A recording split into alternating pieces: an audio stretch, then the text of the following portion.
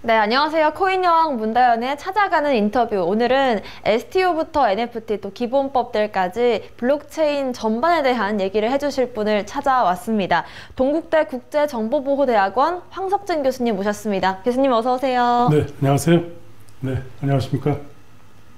네, 교수님 간단하게 자기소개부터 좀 들어볼 수 있을까요? 네, 저는 지금 그 동국대 국제정보대학원에서 이 자금 세탁이라든가 이 디지털 자산 이런 강의를 지금 하고 있고요. 평소에는 이제 국민의힘 디지털 자산 특위위원으로 활동하고 있고요. 직함 좀 약간 많긴 한데 그 부산시 디지털 자산 거래소 추진위원, 그리고 그 육군 그 수사정책 자문위원이고요. 해양경찰청 수사심의위원 이런 것으로 주로 활동을 하고 있습니다. 지금 잠깐 얘기를 들었는데도 이 NFT 학회장부터 교수님 또 위원님까지 여러 가지 호칭들이 붙으시다 보니 정말 바쁜 하루하루를 보내고 계실 것 같아요. 네. 그 중에서도 제일 좀 주력하고 있는 일이 있다면 어떤 걸 요즘 제일 주력하고 계신가요? 아무래도 이제 디지털 자산에 대한 이슈가 상당히 많기 때문에 특히 디지털 자산 중에서도 투자자 보호 쪽 있지 않습니까? 이런 쪽에 치중을 상당히 많이 하고 있습니다. 그 작년도에 보시면 알겠지만 이제 누나테라 사태도 있었고 FTX 사태도 있었고 이제 그런 과정상에서 그 투자자들이 상당히 어떤 그 제도적인 불비 때문에 그 상당히 손해를 많이 봤잖아요. 그런데 그런 부분에 대해서는 누구든지 그런 피해를 많이 본 거에 대해서 보존해 줄 수 있는 부분도 전혀 없었고, 그리고 누구도 그 사람들이 이제 아픈 마음을 좀 쓸어내리는 이런 부분에서 보듬어주는 이런 부분도 하나도 없었기 때문에 그런 부분을 좀 제도적으로, 안 그러면 이제 법을 통해서 좀 제정을 해서 조금이라도 투자자 보호를 할 수 있는 이런 기반을 마련하는 것에 초점을 좀 많이 두고 있습니다. 네, 아무래도 작년에 있었던 사태들을 본다면 결국에는 피해를 보는 거는 일반 투자자분들 인 경우가 많았거든요. 그러다 보니까 이 기본법 제정이 제일 중요한 부분일 것 같은데 이 부분은 잠시 뒤에 좀 더 얘기를 해보도록 하고요. 오늘 교수님 모셨으니까 좀 다양한 주제로 얘기를 해보고 싶어요. 일단 STO, NFT, 법 이 정도로 카테고리를 나눌 수 있을 것 같은데, 자 먼저 STO 얘기부터 해볼까 합니다. 이 토큰 증권이라고 하죠. 현 주소부터 짚어주실까요? 네, 2월 초에 이제 금융위에서 그 토큰 증권, 특히 STO 이제 가이드라인이라고 해서 그걸 이제 발표하게 되었는데요. 이 토큰 증권은 말 그대로 이 증권입니다. 근데 이제 우리가 아는 것처럼 증권하면 이 실물 증권이 있고요. 그리고 이제 전자적 형태로 발행은 이제 전자증권, 전자등록증권, 그리고 지금 이제 STO 가이드가 이제 발표되면서 이 토큰 형태로 분산원장 기반으로 해서 발행되는 이제 증권이 있습니다. 근데 증권은 이렇게 세 가지를 다 이제 어느 그릇에 담나 이런 차이가 있을 뿐이지 증권은 다 똑같은 거거든요. 근데 기존이랑 좀 틀린 건 뭐냐면, 기존에 이제 증권을 할 수 없었던 이제 부동산이라든가 그림이라든가 여러 가지 그 비정형적인 자산을 토큰화 시켜가지고 증권 형태로 발행할 수 있다는 이런 측면이 좀 있고요. 그리고 이번 거를 이렇게 보시면 알겠지만 어떤 그 발행이라든가 유통이라는 측면을 두 가지로 아예 나눴습니다. 그래서 발행이라는 측면은 보시면 비용을 좀 적게 들더라도 스마트 계약을 통해서 그 여러 가지 형태의 자기의 권리를 증권화 시킬 수 있다는, 토큰을 통해서 증권화 시킬 수 있다는 이런 장점이 있는 거고요. 그리고 유통이라는 측면에서도 보면 기존에 거래가 될 수 없었던 비정형적인 자산, 특히 부동산이라든가 이런 걸 조각을 내서 실질적으로 거기에 맞는 투자를 할 수도 있고 거기에 맞게끔 유통도 시킬 수 있는 이런 장점이 있는 이런 것이 바로 토큰 증권이다, 이렇게 할 수가 있겠습니다. 그 교수님 얘기를 듣다 보니까 어쨌든 증권이라는 용어가 많이 나오잖아요. 그러다 보니까 증권성을 판단을 하려면 제일 중요한 게 뭘까, 이런 의문이 드는데요. 네, 증권성 판단 기준이 상당히 중요한 이슈가 되었습니다. 왜냐하면 기존에 이제 가상자산이 이제 거래소에서 유통이 되고 있지 않습니까? 그러다 보니까 지금 유통되고 있는 것도 증권성이 있냐 없냐 이런 부분에 대한 이슈도 있고, 그리고 우리가 이제 얘기할 때는 보통 이제 증권형이냐 증권성이냐 이 두 가지를 주로 얘기하는 경우가 상당히 많거든요. 근데 증권형 같은 경우는 애초부터 가상자산 거래소에서 취급을 못하는 겁니다.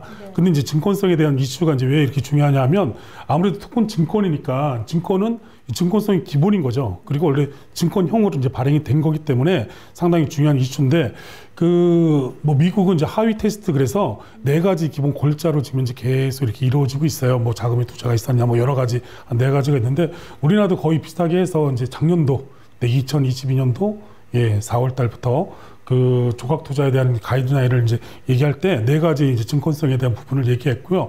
이번에는 한 가지 더 추가한 게 무엇이냐면, 그 공동사업의 결과가 어떤 손익이 귀속되는 이 투자계약 증권, 네, 투자 계약이 있으면 그 계약상에 이제 권리가 있으면 증권성으로 보는 이 5가지를 기반으로 하고 있거든요. 근데 무엇보다 중요한 게 좀 전에 이제 말씀드린 대로 그 어떤 손익을 귀속받는 권리가 있냐 없냐 이런 부분이 가장 중요한 그 증권성의 판단 기준이 될 것입니다. 그래서 좀 전에 말씀드린 것처럼 기존에 이제 그 가상자산 거래소에서 유통이 되고 있는 이 가상자산이 실질적으로 증권성이 있다 그러면 상당히 문제가 많이 되는 거거든요. 네. 왜냐하면 증권을 취급하면 안 되는 거예요. 그건 한국 거래소에서만 취급을 해야 되는데 만약 그 증권성이 있는 그 취급했다 그러면 그건 증권이 되는 거거든요. 네. 그러면 형사적인 책임도 같이 져야 돼요. 거기다가 당연히 지금 현재 그게 판단이 되면 바로 상폐를 시켜가지고 그걸 갖다가 소유하고 있거나 거래하고 있던 사람들은 대부분 다 하루아침에 또 투자자 보호를 받지 못하는 네. 이런 현상까지 이제 발생이 되는 이런 상황이기 때문에 증권성에 대한 판단은 앞으로도 상당히 중요할 것으로 이제 판단이 되고 있습니다. 그렇습니다. 그리고 또 하나 궁금한 게 어쨌든 이 토큰 증권이란 용어 자체가 이제 막 정립이 되고 있다 보니까 앞으로의 미래가 어떻게 될지 좀 네. 미지수인 부분도 있을 것 같거든요. 교수님은 네. 어떻게 보시나요? 요즘 이제 다니면 이제 그런 질문 상당히 많이 받는데요. 토큰 증권에 대한 미래는 어떻게 될 것인가? 뭐 이런 부분에 대한 질문을 상당히 많이 받습니다. 근데 그 지금 이제 증권 회사에서 보시면 알겠지만 이 토큰 증권을 대부분 다 이제 앞으로는 다 다룰 예정이고요. 그로 인해 가지고 주변에 그 토큰 증권을 발행할 수 있는 기관이라든가 토큰 증권을 발행하고 유통할 수 있는 기관 이거 관련해서 토큰 증권 자체를 이제 만드는 이 블록체인 업체도 상당히 그 전망이 상당히 밝다 이렇게 보시고요. 다만 지금은 이제 미러닝 방식에서 기존에 이제 발급된 증권이나 토큰 증권이 같은 방식으로 이렇게 발행이 될 소지가 상당히 있지만 그래도 기존에 이제 그 발행하지 않았던 부동산이라든가 미술품이라든가 여러 가지 이 분야에서 그 토큰 증권이 활용이 많이 돼서 상당히 그 전망이 좋다 이렇게 얘기할 수가 있을 것 같습니다. 네, 여러 분야에서의 이 STO 토큰 증권이 활용될 것이다라는 말씀이시고 또 이 STO만큼이나 NFT도 다양한 분야에서 쓰일 텐데 또 한국 NFT 학회장님이시니까 이 NFT를 어떻게 한마디로 정의해 주실지 듣고 싶어요. 네. NFT는 이제 다들 아시는 것처럼 대표적인 디지털 자산 중에 하나죠. 그러나 기존에 있는 이제 가상 자산하고 좀 틀린 건 뭐냐면 원 바이 원. 네, 기존에 있는 가상자산은 상당히 많잖아요. 뭐 비트코인만 들어도 몇백만 개가 이렇게 있는데 그게 다 쪼개서 다 거래가 될 수 있지만 NFT는 그 실질적으로 하나뿐이 없는 거죠.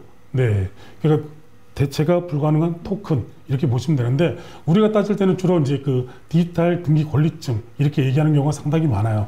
그거는 이 똑같은 것으로서 교환이 안 된다는 얘기입니다. 그렇기 때문에 향후에도 어떤 이 신분 증명이라든가 이런 쪽에서 상당히 많이 활용이 될 것이고요. 그리고 NFT 자체로 갖고 있는 상당히 고유의 특성이라든가 장점이 상당히 많기 때문에 그 NFT 네, 우리가 생소한 용어는 아닙니다. 상당히 과거에서부터 많이 이제 우리가 접하던 이런 용어인데 이 작년부터 실질적으로 우리 사회에서 이제 많이 활용된 용어긴 하지만 해외에서는 적어도 한 4, 5년 이전부터 계속 이 서로가 통용이 됐던 그런 용어이기 때문에 지금 NFT가 이제 뭐다 이렇게 얘기하는 것은 뭐 좀 전에 말씀드린 것처럼 뭐 디지털 등기 권리증 이렇게 얘기할 수 있겠지만 그 대체가 불가능한 말 그대로 대체가 불가능한 토큰이다. 네, 이렇게 보시면 좋을 것 같습니다. 네, 뭐 등기 권리증이다, 뭐 신분 증명, 뭐 이런 용도로도 쓰일 수 있다라는 말씀이신데 그렇다면 이 NFT가 좀 가장 많이 쓰이고 앞으로 핫할 테마는 어디가 있을까요? 네, 지금은 이제 미술품이라든가 아니면 뭐 그 트위터의 창업자 잭 도로시가 했던 첫 번째 이건 트윗이 된다 이런 이메일 그 대여를 갖다가 이제 NFT에서 판매했는데 그게 상당히 높은 가격에 거래가 막 됐잖아요. 30몇 억인가 막 이렇게 거래됐어요. 근데 지금 조금 약간 빠져있죠. 많이 빠져있죠. 근데 앞으로도 NFT가 지금 이제 생각해보면 뭐 미술품이라든가 어떤 특정한 작품 쪽에서 거래가 많이 됐다고 하지만 앞으로는 이제 그거는 기본이고요. 거기에 이제 소울바운드 토큰 이래서 그 신원 증명 그러니까 자기 신분증을 갖다 누가 거래하거나 이런 건 아니잖아요. 네. 그런 것처럼 이 NFT의 가장 큰 문제가 뭐냐면 그 위조의 가능성이 상당히 높다는 거예요. 자기가 NFT를 만들어도 이 NFT를 가지고 또다시 모방해서 또다시 다른 NFT를 또 만들 수 있는 거거든요. 그러다 보니까 이게 원본이 맞는지 아닌지 이런 부분에 대한 이슈도 상당히 많기 때문에 그런 부분을 좀 해소할 수 있는 게 이제 그 SPT 토큰 그래서 소울바운드 토큰 이렇게 얘기를 하는데 이게 그렇게 얘기를 하는데 이제 그런 토큰하고 게임하고 이제 접목돼 가지고 그런 NFT가 많이 이 실질적으로 사회에 등장할 것이고 사회 환경상에서 그 NFT가 많이 활용이 되지 않을까 이렇게 보고 있습니다. 네, 이렇게 간략하게 STO와 NFT 얘기를 한번 네네. 해봤고요. 아까 가장 좀 주력하고 계신 일이 어떤 거냐 여쭤봤을 때 투자자 보호를 위해서 힘쓰고 계시다라는 말씀 주셨는데, 그러려면 이 디지털 자산 기본법 얘기도 해봐야겠죠. 일단은 이 규제가 이제 막 기본법이 갖춰지고 있는데, 이 규제가 만들어지는 과정에서 제일 좀 중요한 부분은 어디에 있을까요? 네, 지금 국회에는 17개의 법안이 지금 올라와 있습니다. 뭐 가상자산 기본법, 디지털 자산 기본법, 이래서 최근에 올라온 게 이제 백혜련 의원실에서 낸 법안이 있고요. 그리고 윤창현 의원님이 낸 이제 법안, 이렇게 해서 17개의 법안이 지금 이제 계류 중에 있는데, 최근에 낸 법안은 뭐냐면, 기존에 14개 법안에서 다루었던 모든 이제 가상자산 기본법 관련해서 그 내용 중에서 투자자 보호 쪽만 이렇게 발췌한 거예요. 예, 네. 발췌해가지고 백혜련 의원실도 그렇고 윤창현 의원님도 그렇고 거기 부분만 투자자 보호만 1차적으로 가고, 네. 그리고 그 2차, 3차 그 산업의 육성이라든가 진흥도 포함시켜서 가겠다. 지금 이렇게 발표를 했는데, 투자자 보호 얘기를 이제 계속 할 수밖에 없는 이유가 뭐냐면, 누나테라 사태도 그렇고 FTX 사태도 그렇고 제일 중요한 건 그런 그 사건 사고들 때문에 투자자들이 상당히 보호를 못 받고 있거든요. 그리고 이 법에 지금 가상자산 관련해서 법은 그 특검법, 특정금융거래정보법 뭐 그렇게 얘기할 수 있는데, 그 안에 가상자산에 대한 정의라든가 여러 가지 이제 그 신고 수리라든가 뭐 어떤 가상자산 사업자에 대한 정의를 이렇게 나오고 있습니다. 근데 문제는 뭐냐면 이 가상자산 거래자, 특히 이제 투자자를 갖다 어떻게 보호할 것인가에 대한 부분이 거의 없어요. 거기 딱 두 가지가 있습니다. 뭐냐면 내부자 거래 금지, 그리고 불공정 거래, 그 관련해서 그 두 가지가 있는데, 좀 전에 말씀드린 내부자 거래 금지하고 특수관계 거래 금지, 이 두 가지만 이렇게 들어가 있어요. 그러다 보니까 시장의 불공정 행위라든가 시세 조정 행위 뭐 이런 부분에 대해서는 하나도 안 들어가 있죠. 특히 시장지수 교란 행위 같은 경우에는 전혀 들어가 있지가 않는 것이에요. 그리고 그런 행위를 했을 때 그 어떤 징벌적인 손해배상이라든가 몰수라든가 이런 부분도 같이 들어가 있어야 되는데, 그런 부분이 하나도 안 들어가 있기 때문에 투자자로서는 최소한의 안전장치가 있어야 되거든요. 근데 이제 그런 부분 자체가 전혀 없다 보니까 아무래도 피해가 발생하면 고스란히 그 피해는 자기가 또 안을 수뿐이 없는 이런 환경에 이제 접어들게 된 것이죠. 그래서 이 디지털 자산 기본법은 이 디지털 자산을 이용하는 이제 그 투자자들이 최소한의 보호 장치로서 꼭 필요한 법이고요. 그래서 STO 얘기도 오늘도 했는데, STO라든가 이런 부분 토큰이기 때문에, 증권이기 때문에, 토큰 증권이기 때문에 자본시장법에 영향을 받으면 되고요. 그리고 지금 현재 많이 거래가 되고 있는 이 가상자산 같은 경우에는 디지털 자산 기본법을 통해서 이 관리를 한다, 이렇게 보시면 될 것 같습니다. 네, 본격적인 산업이 육성되기 전에 일단 밑바탕으로 투자자 보호가 기본이 네네. 돼야 된다는 말씀이실 네, 거고요. 네. 그리고 일단 지금의 어떤 이 법 자체는 내부자 거래나 뭐 불공정 거래 이런 데 취중이 되어 있기 때문에 아무래도 투자자분들이 보호받을 수 있는 폭 자체가 아직 제한적일 것 같아요. 네. 네, 이런 부분들을 좀 빨리 개선이 됐으면 좋겠다라는 생각이 드네요. 네. 예를 들면 이런 거 있잖아요. 왜 우리 가끔 카카오톡이라든가 문자로 어떤 종목이 좋다고 추천받는 경우가 있어요. 그래서 특정한 이제 카카오톡으로 대화를 유도한다든가 막 이렇게 네. 하거든요. 근데 이게 증권 같은 경우에는 자본시장법 위반이에요. 그러니까 유사투자 자문행위를 해서 엄정하게 처벌을 받습니다. 맞습니다. 근데 코인은 그런 게 없어요. 그러네요. 어떤 종목은 상당히 좋다 막 이렇게 받아가지고 자기가 투자를 하고 거기서 손해를 많이 보더라도 이 유사투자 자문행위 이런 자체에 대한 처벌 규정이 없기 때문에 향후에 문제가 될 소지가 상당히 많죠. 그리고 또 거기서 이렇게 투자를 해가지고 자기가 금전적인 손실을 많이 봤다고 그래서 어디 가서 하소연할 때도 전혀 없는 것이에요. 예, 그러다 보니까 이런 그 유사투자 자문 행위라든가 전반적으로 시장지수 교란 행위, 불공정 행위 자체를 갖다 성문화시키는 이런 부분도 상당히 필요하고요. 거기에 따라서 어떤 징벌적인 손해배상뿐만 아니라 이런 행위를 애초부터 못하게끔 성문화된 어떤 법적인 이 기본들이 필요하다, 이렇게 보시면 될 것 같습니다. 하루빨리 좀 투자자 보호 쪽에 법이 잘 갖춰져서 좀 안전하게 마음 놓고 거래할 수 있으면 좋겠다, 이런 생각도 드는 것 같습니다. 교수님이랑 오늘 할 얘기가 정말 많은데 일단 올해 시작한 지 이제 2달이 다 지나가고 있는데 올 한 해 전반적으로 봤을 때 업계에서 핫할 이슈들은 어떤 게 있을까요? 올해는 보시면 이제 가상자산 시장 자체의 어떤 신뢰성을 좀 확보하는 곳에 좀 포커싱이 좀 많이 맞춰져야 되지 않나, 이렇게 보고 있습니다. 이 최근에 그 어떤 그 가상자산 시장 자체가 상당히 안 좋은 일을 좀 많이 겪었거든요. 좀 전에 말씀드린 누나테라 사태도 있었고요, FTX 사태도 있었고, 거기에 이제 위메이드 사태, 심지어는 최근에 이제 페이코인 사태도 있고, 여러 가지 봤을 때 어떤 뭐 이게 잘했다 잘못했다를 떠나가지고 시장에 어떤 신뢰를 갖다 저버리는 이런 그 행위가 이제 일들이 많이 발생했기 때문에 어떻게 보면 이런 시장의 신뢰성을 좀 더 회복시키는 일 쪽에 포커싱을 좀 많이 맞춰야 되지 않을까, 이렇게 보고 있고요. 이 가상자산 시장 자체를 어떤 투기의 수단으로 보는 경우가 상당히 많아졌어요. 과거에 비해서는. 그러니까 어떤 정상적인 투자를 해서 수익을 내고 뭐 이렇게 어떤 자기 성취감이라든가 이런 걸 얻어야 됨에도 불구하고 투기의 장으로 거의 전락해가지고 가상자산 투자한다 그러면 이 투자가 아니라 투기 아니야? 거의 묻지마 투기가 되는 거죠.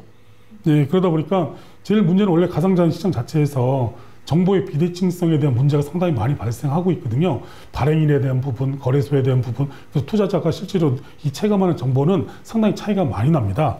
근데 그럼에도 불구하고 이런 부분을 좀 해소하거나 조치를 해야 되는데 그런 부분을 해소하는 것에 대해서는 상당히 좀 부족한 부분이 상당히 많죠. 네. 시장에서는 그 신뢰성 회복 부분이 가장 중요하다고 생각이 됩니다. 네.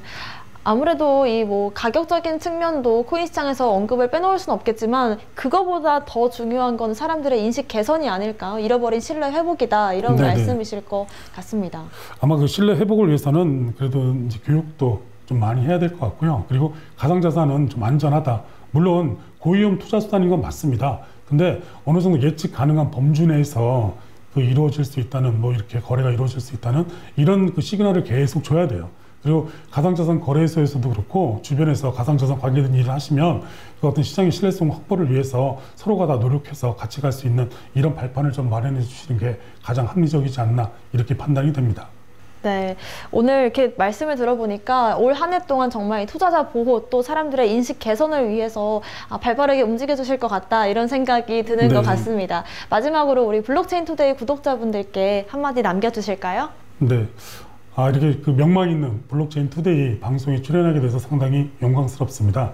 저는 그 한결같이 계속 어떤 금융 범죄로 인한 피해자를 구제할 수 있을까, 뭐 이런 부분에 대한 연구를 지금 계속 해왔습니다. 그러다 보니까 이렇게 좋은 채널에서 이런 말씀을 또 드릴 수 있어서 상당히 영광스럽게 생각하는데요. 앞으로도 지금 현재 뭐 디지털 자산이라든가 가상 자산에 대한 이슈도 상당히 있지만 그 향후에 이제 전망을 해본다 그러면 이제 크립토 윈터는 좀 많이 지나갔습니다.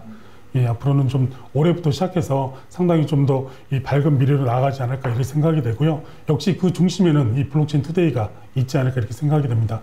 앞으로도 좋은 소식 블록체인 투데이하고 같이 전할 수 있게끔 많이 노력하도록 하겠습니다. 감사합니다.